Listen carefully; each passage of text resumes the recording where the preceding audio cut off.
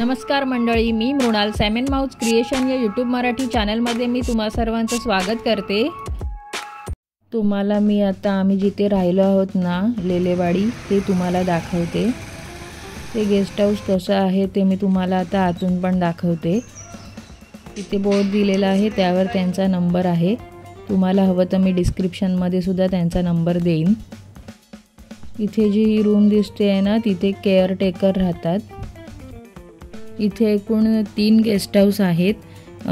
जिथे आम्ही राहिलेलो ते गेट जवळ आहे ते, आणि एक आम्ही राहिलेलो त्याच्या बाजूला आहे, तिकडे त्याला किचन नाही आहे। आम्ही राहिलेलो तिथे 2 रूम आणि मध्ये कॉमन किचन 2 रूमसाठी। तसंच गेट जवळ आहे त्याला सुद्धा एक कॉमन किचन आहे। लेलेवाडी हे एक असं गेस्ट हाऊस आहे की तुम्हाला इथे किचन प्लस भांडी फ्रीज वगैरे सर्व मिळतं।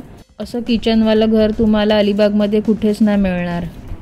तर आपल्याला सामान आणून जेवण बनवावं लागेल, आणि नसेल बनवायचं तर इथे एक मावशी आहेत, त्या सुद्धा जेवण बनवून देतात। इथे लहान मुलांना खेळण्यासाठी मोकळी जागा पण आहे। तसेच इथे एक पाळणा पण आहे, तिथेही लहान मुलं खेळू शकतात। इथला परिसर खूप स्वच्छ आणि वातावरण खूप शांत आहे।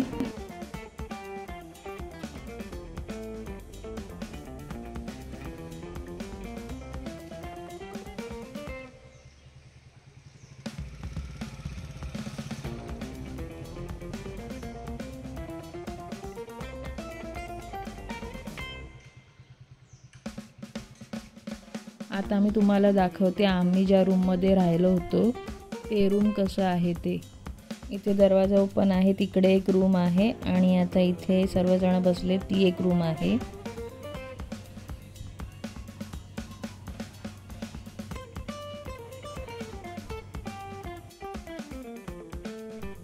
इथे वर पायऱ्या दिसते, तिथे वरती टेरेस आहे।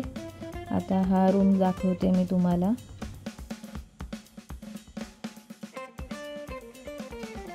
हा एक रूम आहे, ह्याला इकडे कॉमन टॉयलेट बाथरूम आहे।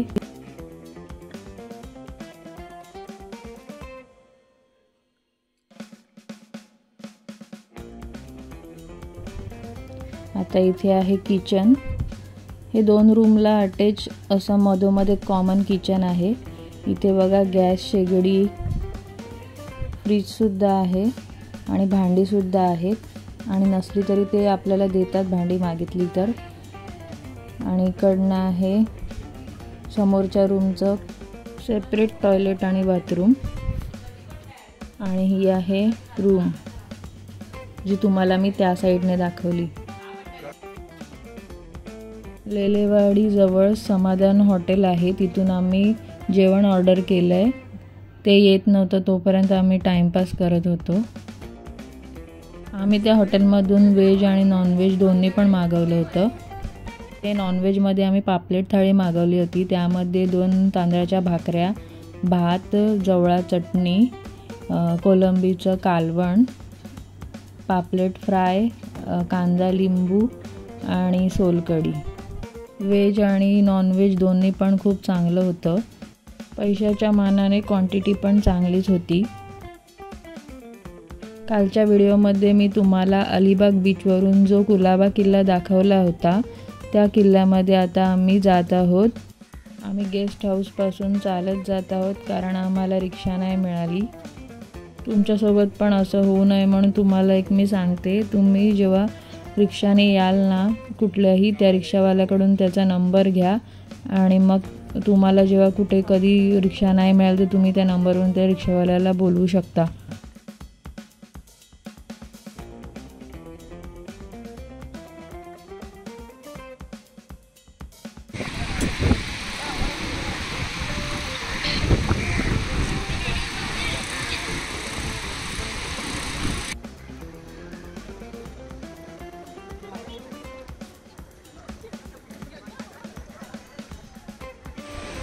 अभी पानी चला जाएगा ना, ये गैसुद्दीन साइकिल लेके वहाँ तक गया।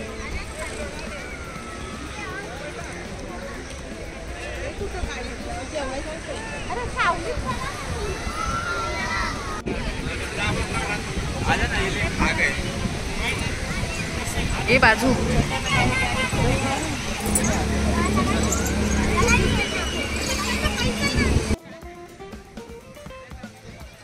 आता आम्ही अलिबाग बीचवर आलेलो आहोत कुलाबा किल्ला बघण्यासाठी। तर आम्ही बोटीने जाणार आहोत। पर पर्सन 200 रुपये घेतले त्यांनी आमच्याकडनं।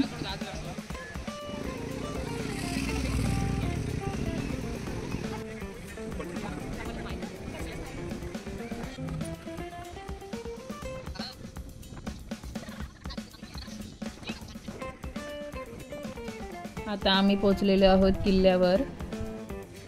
जेव्हा इथे खाडी सुकलेली असते ना तेव्हा आपण इथे चालत येऊ शकतो आणि ज्यांना चालत जमत नसेल ना तेव्हा घोडागाडी सुद्धा असते, तेव्हा घोडागाडीने सुद्धा तुम्ही इथे येऊ शकता।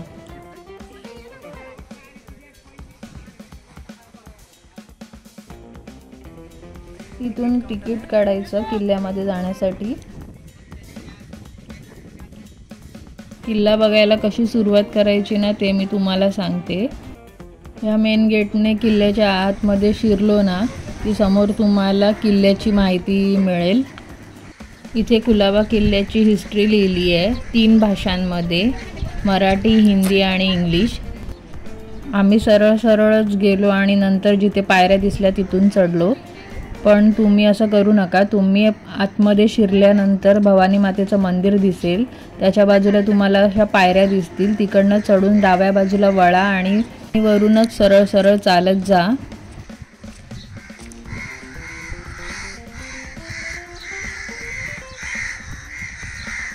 मग तुम्हाला तिथूनच कळेल आतमध्ये किल्ल्याच्या आतमध्ये काय आहे, कुठे जायला पाहिजे, कुठे नाही जायला पाहिजे। आणि मध्ये पायऱ्या सुद्धा आहेत, जर तुम्हाला मध्येच कुठे उतरायचं असेल तर तुम्ही तिथे सुद्धा उतरून जाऊ शकता।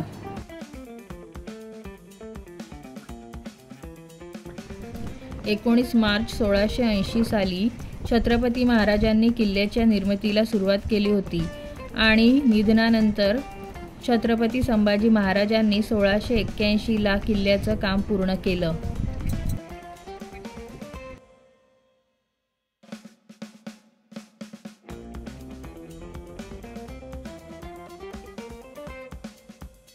तिथे समुद्रामध्ये तुम्हाला गुलाबी रंगाचं घर दिसतंय ना, तिकडे पहिला नवीन बोटी ठेवायचे आणि जुन्या बोटी रिपेअर करायचे।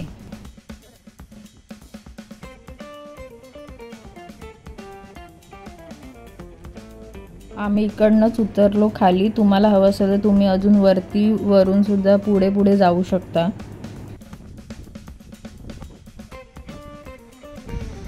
हे खूप उंच आहे, ते नाही एवढं। हे तू पण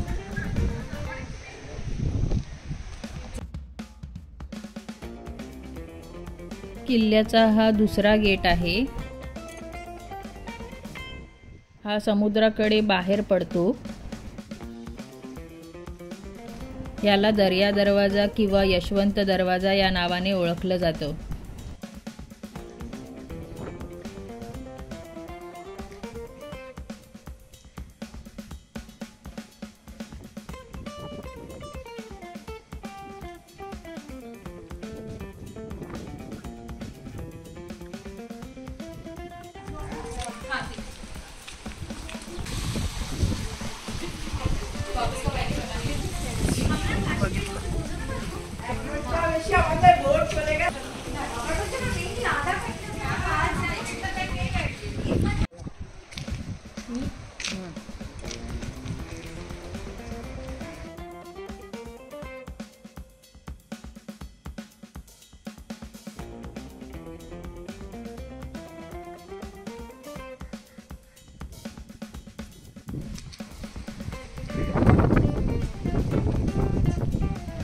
हे अप्सरा जलाशय आहे।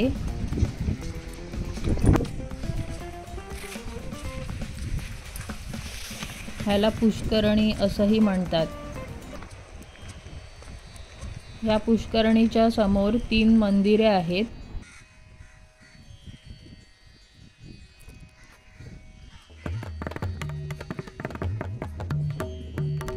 हे आहे गणपतीचं मंदिर।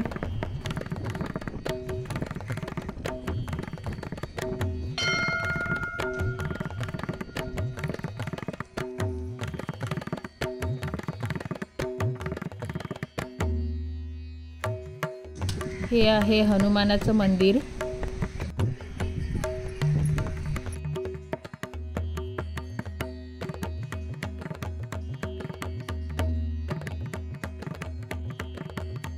आणि हे आहे शंकराचं मंदिर।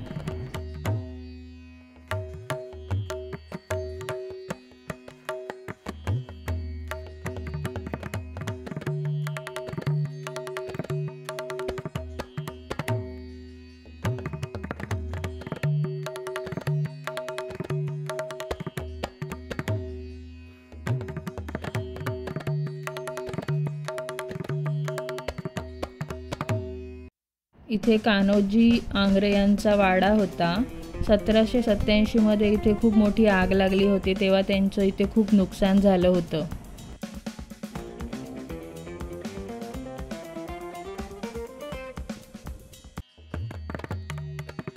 किल्ल्यात शिरल्यावर पहिला इथे भवानी मातेचं मंदिर लागतं, इथे आम्ही शेवटी गेलो।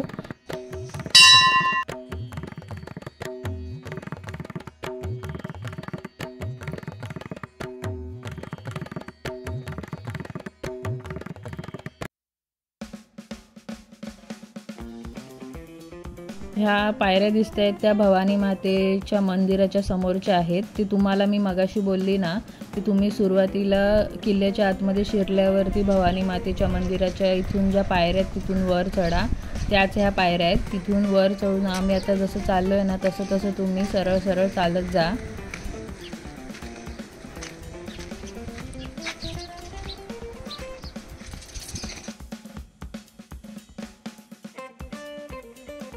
हा बघा इथून किल्ल्याचा एंट्रन्स दिसतो।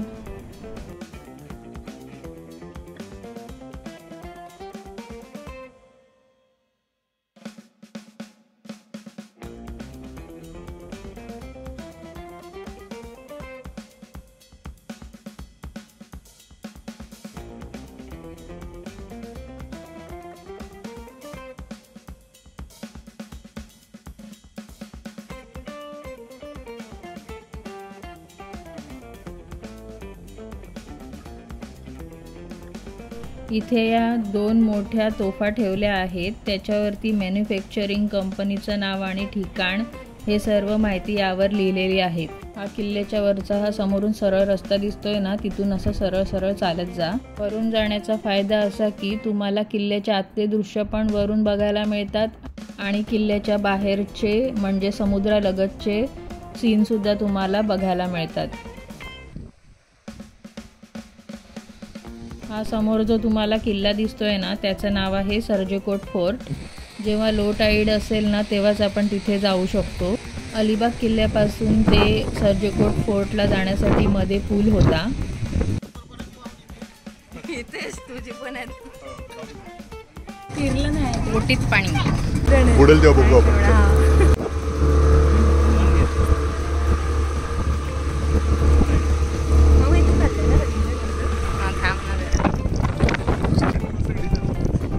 किल्ला फिरून झाल्यावर मग आम्ही गेस्ट हाऊसवर आलो, चेंज केलं आणि मग दुपार झाली होती। मग विचार केला जेवूनच निघूया। मग अलिबाग मार्केटजवळ श्री दत्त कृपा म्हणून हॉटेल आहे, तिथेच आम्ही जेवण केलं आणि निघालो। आता पुन्हा परतीचा प्रवास।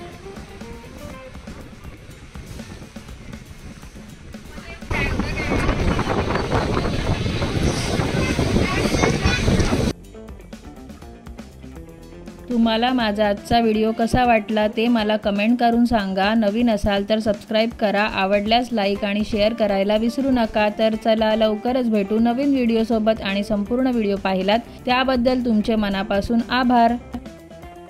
आजचा व्हिडिओ तुम्हाला आवडला असेल तर व्हिडिओला लाईक करा, शेअर करा, चॅनलला अजून सबस्क्राईब केलं नसेल तर सबस्क्राईब करा। पूर्ण व्हिडिओ बघितल्याबद्दल तुमचे आभार।